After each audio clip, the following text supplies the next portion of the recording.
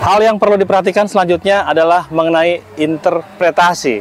Karena kita menggunakan hasil dari sebuah pemotretan foto udara, dalam hal ini adalah hasil dari pemotretan drone, maka kita akan melihat sebuah objek itu dari tampilannya.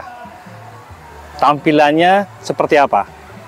Dan dari situ, jika hasil pemotretan drone ini sudah ortorektifikasi, artinya sudah memenuhi standar untuk digunakan sebagai peta dasar, apalagi sudah memenuhi standar digunakan sesuai dengan standar yang ada untuk skala besar, dapat digunakan untuk kegiatan pengukuran dengan metode fotogrametris.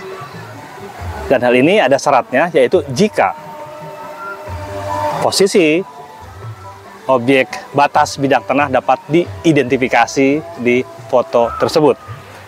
Nah, ketika semua sudah dapat diidentifikasi, maka kita dapat lakukan delineasi sehingga hasil ukurannya dapat diketahui. Karena titik batasnya diketahui, tepat posisinya, terlihat dengan jelas, dan juga dapat dicek juga memang benar di situ, sesuai dengan hasil dari kesepakatan para penunjuk batas. Kemudian kita bisa pastikan, kita tetapkan, dan dari titik-titik batas ini kita bisa ukur jarak. Karena masing-masing titik batas dapat diketahui, jarak sudah diketahui, kemudian ini juga diambil dari sebuah foto yang hasil pemotretan, maka dengan metode fotogrametris kita dapat mengetahui luasnya. Demikian juga dengan bidang-bidang tanah yang bersebelahan. Bisa seperti itu. Maka dengan adanya gema batas, semua patok batas terpasang, dan juga dengan adanya identifikasi yang dilakukan oleh pemilik bidang tanah dan juga yang berbatasan langsung dengan menggunakan foto udara ini, bisa dalam berbentuk fisik kertas yang dicetak, atau juga bisa menggunakan dari tablet, bisa dari HP, kita bisa zoom lihat, atau juga bisa dari laptop, kita bisa perbesar, tentukan di mana posisinya, maka kita bisa menentukan jarak dari masing-masing batas dan bisa diukur jaraknya dan luasnya dapat diketahui.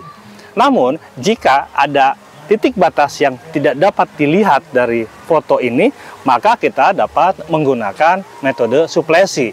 Jadi titik yang tidak dapat dilihat batas yang misalnya tertutup oleh pohon atau tertutup oleh genteng bangunan misalnya, maka kita dapat lakukan suplesi dengan cara mengambil beberapa titik yang terdekat yang dapat diketahui posisi batasnya, kemudian kita tarik jarak, maka dapat diketahui di mana posisinya dan dapat diukur juga luasnya sesuai dengan gambar yang ditampilkan ini.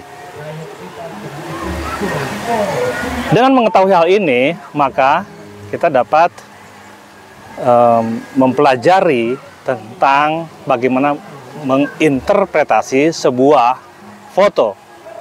Ada yang perlu diperhatikan. Di antaranya adalah bagaimana ketika di wilayah tersebut adalah wilayah yang sangat padat. Kita perlu hati-hati.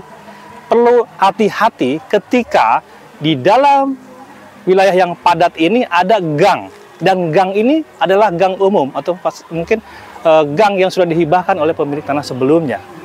Jangan sampai gang ini tertutup atau hilang dan menjadi bagian dari pemilik bidang tanah sebelahnya.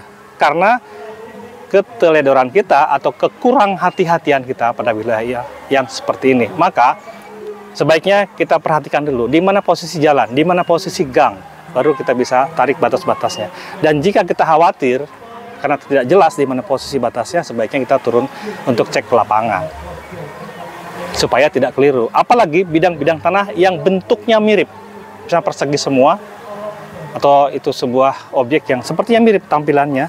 Karena bisa jadi sebuah objek sawah ada 10 kotak, itu belum tentu 10 ini adalah pemiliknya 10 orang. Bisa jadi hanya 2 orang atau 3 orang. Bisa juga memang 10 orang.